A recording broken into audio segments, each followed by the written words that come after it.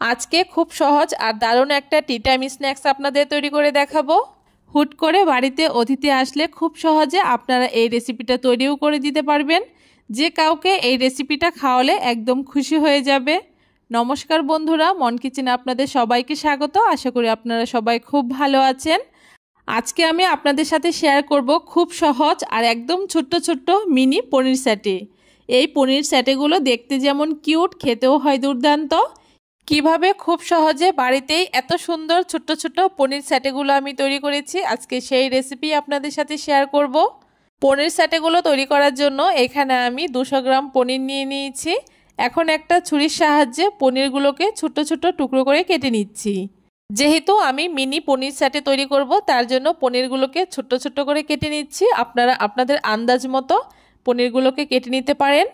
একই রকমভাবে সবগুলো পনির এইরকম আমি ছোট ছোট করে পিস করে কেটে নিচ্ছি। সবগুলো পনির এখানে আমার কেটে নেওয়া হয়ে গেছে। এখন পনিরগুলোকে একটা বাটির মধ্যে তুলে নিচ্ছি।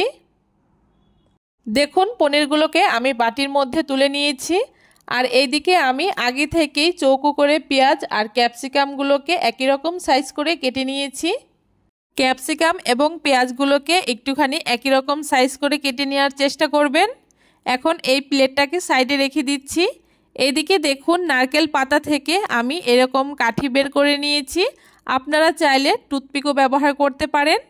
আমার কাছে এই কাঠিগুলো ছিল, তাই কাঠিগুলোকে আমি খুব ভালো করে ছোট ছোট টুকরো করে খুব ভালো করে পরিষ্কার করে ধুয়ে নিয়েছি। এখন একটা করে কাঠি নিয়ে পনির স্যাটেগুলোকে তৈরি করব। তার জন্য প্রথমে একটা পেঁয়াজের টুকরো, তারপরে ক্যাপসিকাম দিয়ে দিয়েছি, আর তারপরে মাঝখানে একটা পনিরের টুকরো দিয়ে আবারও পেঁয়াজ দিয়ে দিচ্ছি, আর তারপরে এখানে একটা ক্যাপসিকাম দিয়ে দিচ্ছি।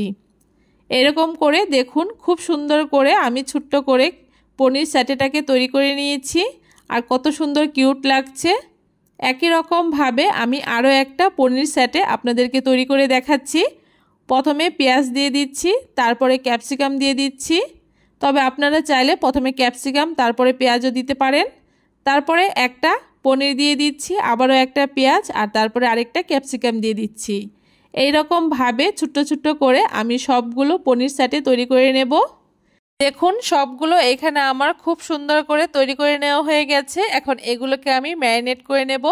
তার জন্য একটা বাটির মধ্যে সবগুলোকে নিয়ে তার মধ্যে স্বাদ অনুযায়ী নুন দিয়ে দিলাম। আর তারপরে এখানে আমি হাফ চামচ লঙ্কার গুঁড়ো দিয়ে দিচ্ছি। অবশ্যই ঝালের জন্য এখানে আমি লঙ্কার গুঁড়োটা ব্যবহার করেছি। তারপরে এখানে সামান্য একটুখানি গোলমরিচ গুঁড়ো ব্যবহার করেছি। আর তারপরে এখানে আমি 1 চামচ মতো আদা রসুন পেস্ট ব্যবহার করেছি।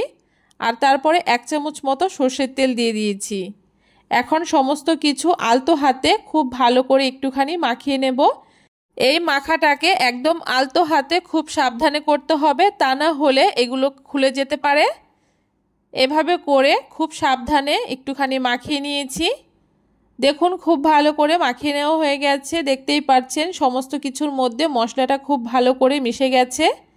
এখন এখানে আমি একটা ব্যাটার তৈরি করব। তার জন্য একটা বাটির মধ্যে 1 কাপ ময়দা দিয়ে দিচ্ছি, আর তার সাথে এখানে আমি 4 চামচ মতো কর্নফ্লাওয়ার দিয়ে দিচ্ছি। আপনারা যতটা ময়দা ব্যবহার করবেন তার হাফ কর্নফ্লাওয়ার ব্যবহার করলেই হবে। তারপরে এখানে আমি হাফ চামচ লঙ্কার গুঁড়ো দিয়ে দিচ্ছি, স্বাদ অনুযায়ী নুন দিয়ে দিলাম, সামান্য একটু গোলমরিচের গুঁড়ো দিয়ে দিয়েছি, আর হাফ চামচ মতো আদা রসুনের পেস্ট দিয়ে দিয়েছি। এখন এখানে অল্প অল্প করে বরফ ঠান্ডা জল দিয়ে খুব ভালো করে একটা ব্যাটার তৈরি করে নেব। তবে ব্যাটারটা অবশ্যই খেয়াল রাখবেন, খুব বেশি পাতলা যাতে না হয়, একটুখানি ঘন করেই এই ব্যাটারটাকে তৈরি করে নিতে হবে। তাই অল্প অল্প করে জল দিয়ে ব্যাটারটাকে খুব ভালো করে তৈরি করে নিতে হবে। দেখুন, ব্যাটারটা আমার রেডি হয়ে গেছে। আর ব্যাটারটা কতটা ঘনত্বের হয়েছে দেখে বুঝতেই পারছেন। এদিকে উনানে একটা কড়াই বসিয়ে দিয়ে কড়াইতে পরিমাণ মতো তেল দিয়ে দিয়েছি। তেলটা খুব ভালো করে একটুখানি গরম করে নিয়ে উনানের আঁচটাকে মিডিয়ামে করে রেখেছি। এখন এক একটা করে পনির স্যাটে নিয়ে এভাবে করে ব্যাটারে খুব ভালো করে ডুবিয়ে নিচ্ছি।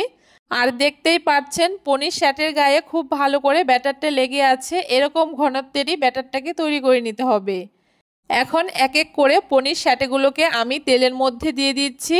আর এই সময় উনানের আঁচটাকে অবশ্যই মিডিয়ামে রাখতে হবে। আর উনানের আঁচটাকে মিডিয়ামে রেখেই এই পনির স্যাটেগুলোকে ভেজে নিতে হবে, তাহলেই এই পনির স্যাটেগুলো একদম ক্রিস্পি আর মুচমুচে হবে। যখন একটা পাশ হালকা একটু ভাজা হয়ে যাবে তখন খুব ভালো করে একটুখানি উল্টে দিতে হবে।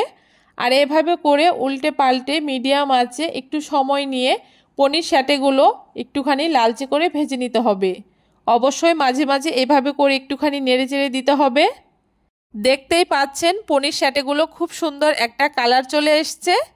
তবে আপনারা চাইলে এর থেকে আরেকটু বেশিও ভেজে নিতে পারেন। পনির স্যাটেগুলো আমার খুব ভালো করে ব্রাউন কালার করে ভেজে নেওয়া হয়ে গেছে। এখন একটা ঝাঁঝরা হাতার মধ্যে তুলে খুব ভালো করে তেলটাকে ঝরিয়ে পনির স্যাটেগুলোকে আমি তুলে নিচ্ছি। একই রকমভাবে বাকি পনির স্যাটেগুলোকেও আমি একই রকমভাবে ব্রাউন কালার করে ভেজে নেব। তৈরি হয়ে গেছে দুর্দান্ত স্বাদের এই মিনি পনির স্যাটেগুলো। এইভাবে করে একবার মিনি পনির স্যাটে তৈরি করে খেয়ে দেখবেন, আশা করি আপনাদের ভীষণ ভালো লাগবে। আর ঘরে হুট করে কোনো অতিথি আসলে খুব সহজে আপনারা তৈরিও করে নিতে পারবেন।